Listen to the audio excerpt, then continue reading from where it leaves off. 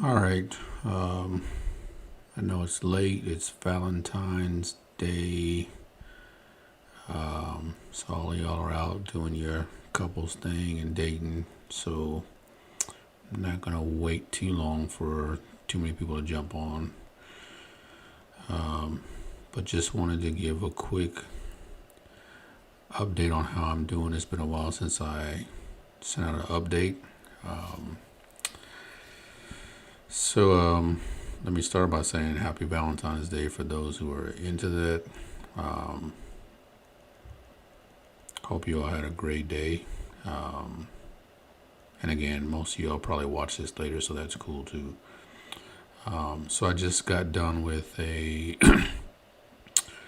just a quick 1 hour Zoom for the book launch. So before I give you an update on how I'm doing, just real quick, the book Disability in the Church: A Vision for Diversity and Inclusion officially dropped on Tuesday. So thank you all for supporting that. For those who've purchased it, for those who haven't or haven't been aware of it, it's available everywhere books are sold. You can go to your local bookstore. If it's not there, you can request it. Most people get on Amazon. And thanks to you all, it's doing very well.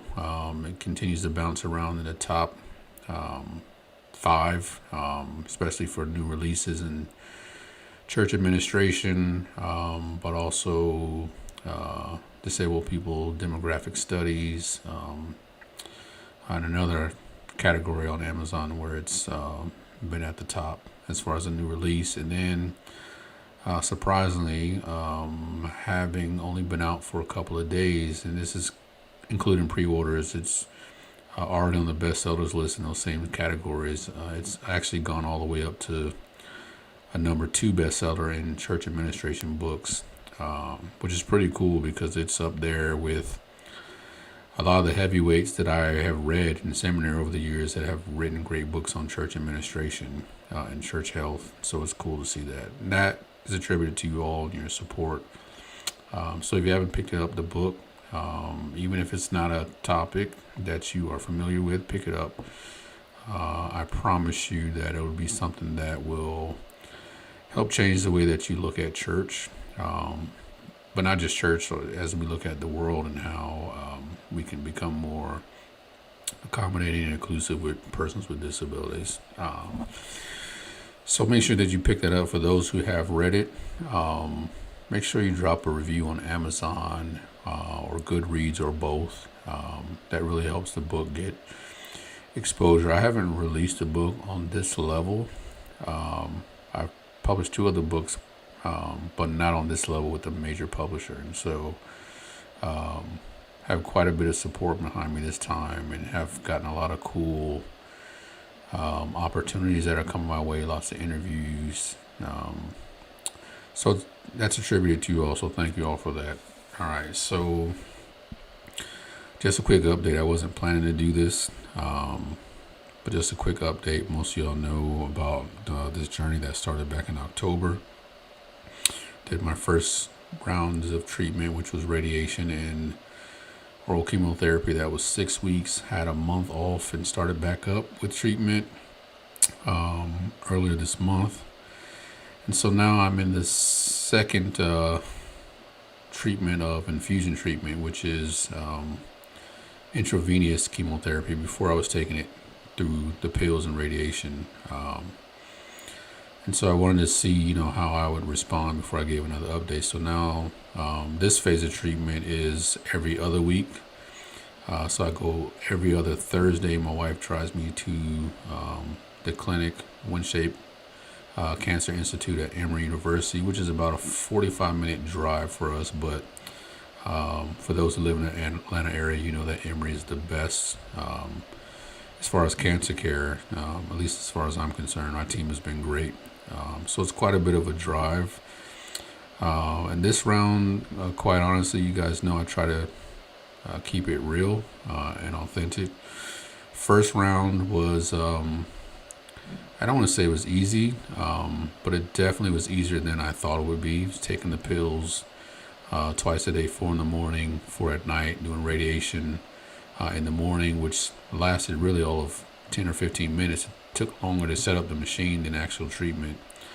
And that first round of treatment, actually, I had minimal side effects. The greatest challenge I had with that was fatigue, and that was easily solved with just rest.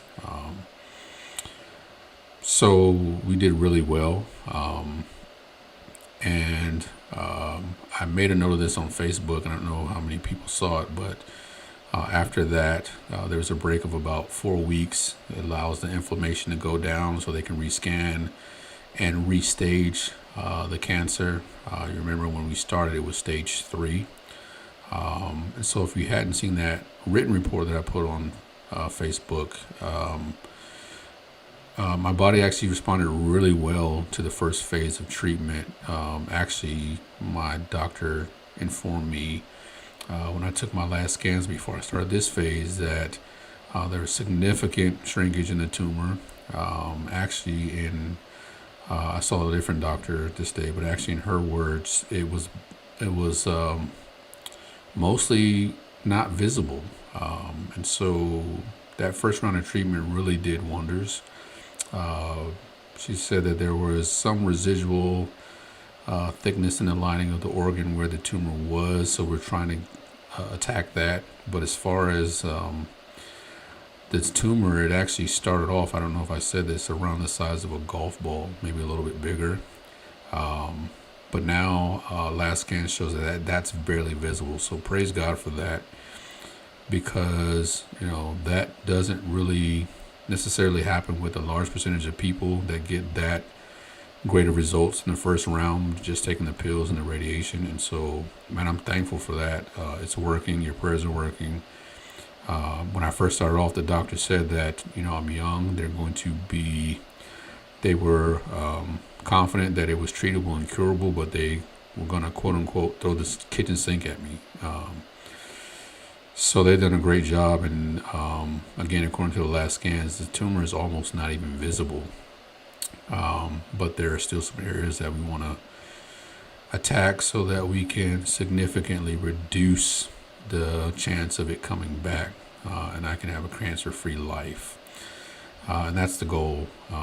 Surgery is still sort of the end game, but we will continue to play by ear. So when they first started this phase of treatment, they only scheduled me for 3 treatments. Initially, I was told it would be somewhere between 6 or 8. They've been scheduling them for 2 or 3 at a time. And so now that I've done 2, I can kind of tell you what it's been like. So the day is a long day. Even though it's every other week, it starts on Thursday. Every other Thursday, usually I have to be there at 7:30. So what happens is I go in at 7:30, which means I probably have to get up and get dressed and get ready here, pack a lunch. Otherwise, my wife will leave and take lunch or go buy lunch. This is the last time I packed a lunch. So we leave here about 6:30. It's an extremely long day. So we're up at 5:30, leave here at 6:30, get to the clinic at 7:30 because they have to do labs. What's cool about the science is that with the chemotherapy, each treatment is specifically catered to my lab work. So they weigh me, take all my vitals, and then they actually go in and mix the medicine after they do all the preliminary checks. So they have to check my liver function, check my white blood cell counts, all of the stuff that they check in the labs determines how they mix the medicine, which is significant because each one is different and is catered to how my body is responding for that day. So it's almost like a restaurant. You get a custom order every time you go to get the treatment based on your vitals, your weight. So that's why I have to get there so early because they have to run those tests. They have to draw blood. By the way, I may have mentioned this. Prior to that, I had to get a port placed in my chest where they draw blood and also do the chemo intravenously because they want the larger veins, and they go straight from my heart, and then the heart pumps it throughout the body.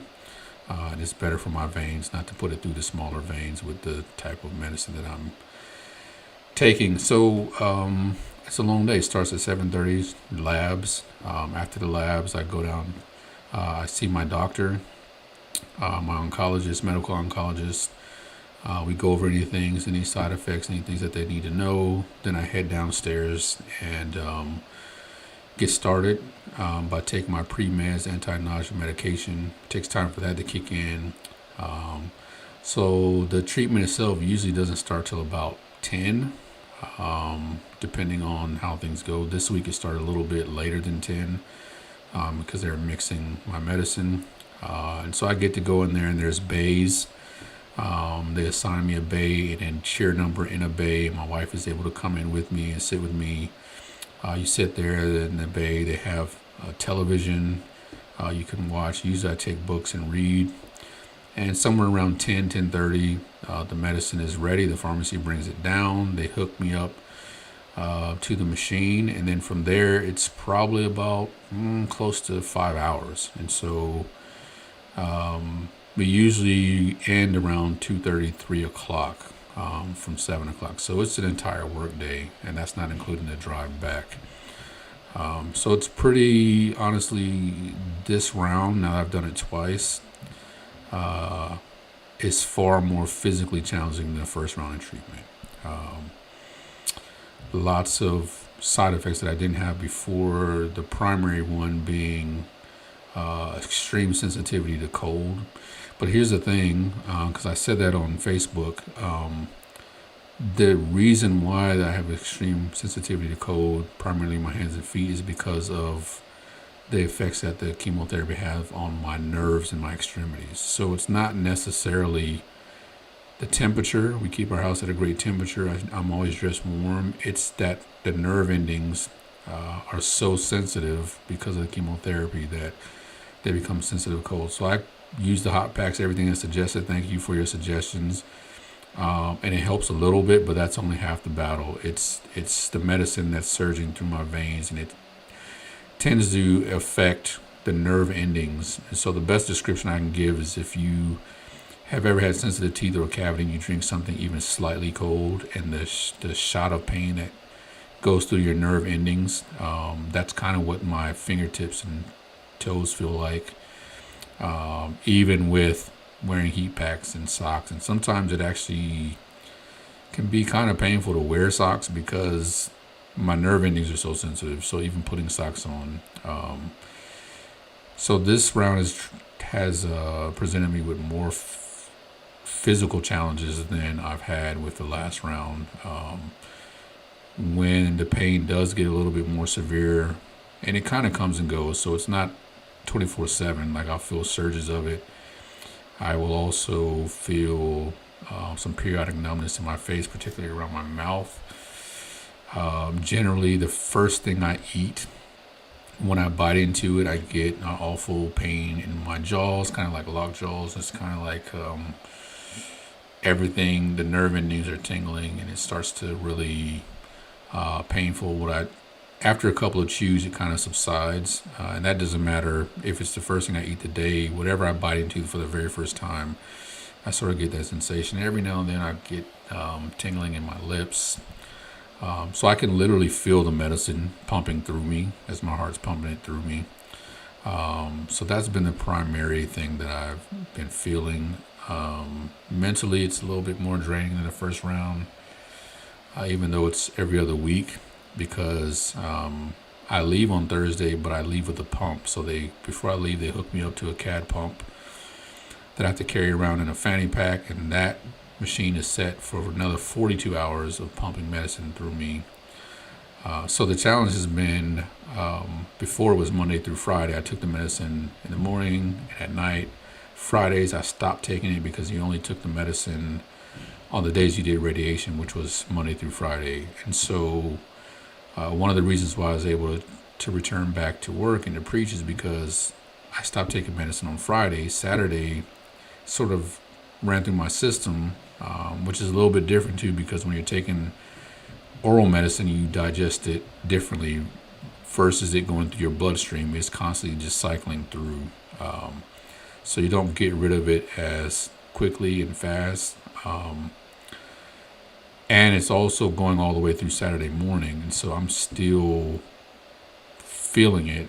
So the literature says that it stays in your system supposedly 3 days. I tend to think that it's probably closer to a week.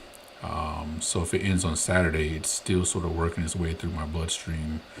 I feel like for at least another 5 to 7 days instead of the literature saying 2 to 3 days. And that may be because of my size, because I'm a taller individual. I think it just is working its way through my bloodstream. So I get surges of numbness in my hands and nerve pain. When it's not there, I feel great, but when it's happening, it's awful. And I'm just being honest with you. It's hard to pick things up. I had to have, I can't drink anything or eat anything cold at all. It feels like swallowing glass. I've never swallowed glass, but I imagine that's what it would feel like. It is painful. So every drink that I have had for the last 3 weeks has been room temperature, which is also a struggle because it's cold outside. So even things that are room temperature are really too cold to drink. So my wife has had to even warm up my Gatorade or room temperature water so that I can drink it without it causing any pain. So I'm drinking a lot of hot drinks. Can't really reach in the refrigerator or anything like that without gloves.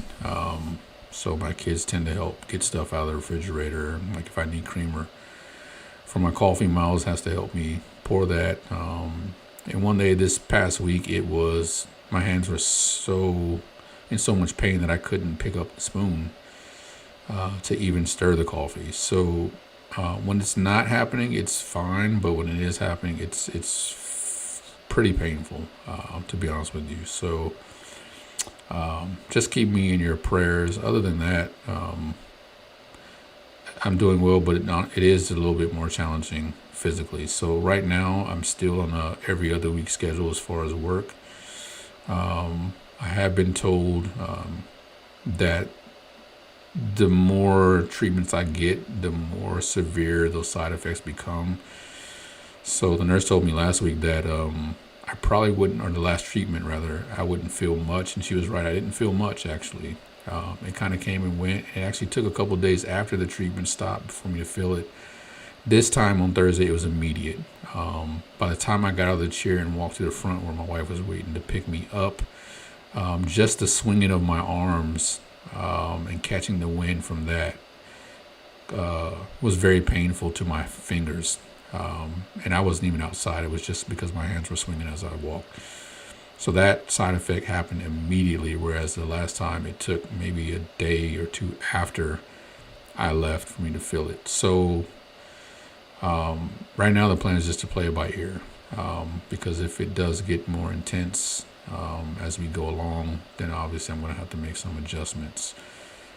So right now, initially I was only scheduled for 3. They've scheduled me for another one, a treatment, and I think they'll just continue to add them until we get closer to the goal of 6 to 8, which will lead somewhere into the summer, and then we will have an evaluation about a final surgery. So that's where I am. I'm still doing good. Again, the first round did very well. The tumor is mostly gone according to my doctor, but there are some residual areas that we really want to attack to make sure that I can live a cancer-free life after treatment is over. Because once I have surgery, there's no more chemotherapy or radiation. And so the goal is to eradicate it and then remove the sections that were affected by the tumor and the treatment, and that should position me to have the best shot at living cancer-free. So I went a little bit longer than I wanted to, but I wanted to catch you up. So thank you all for your prayers. Keep them coming. The other day I told you that my hands and feet were hurting.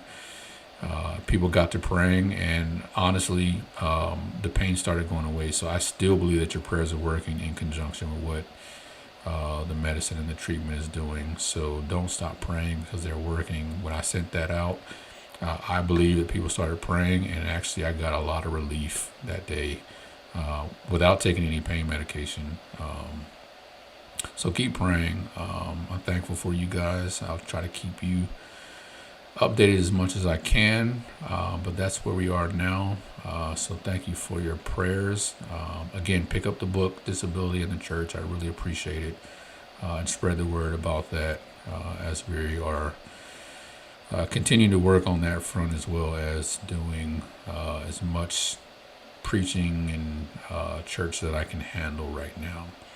And then shout out to Tri-Cities Church for just their graciousness and their love and support, and being flexible with me as I go through treatment and holding it down and doing an awesome job in my absence. Such a great community to be a part of, and love them very much. So that's it. I'm sure some of you guys will watch this later, but thanks again for all your prayers, your love, and your support as we go through this journey.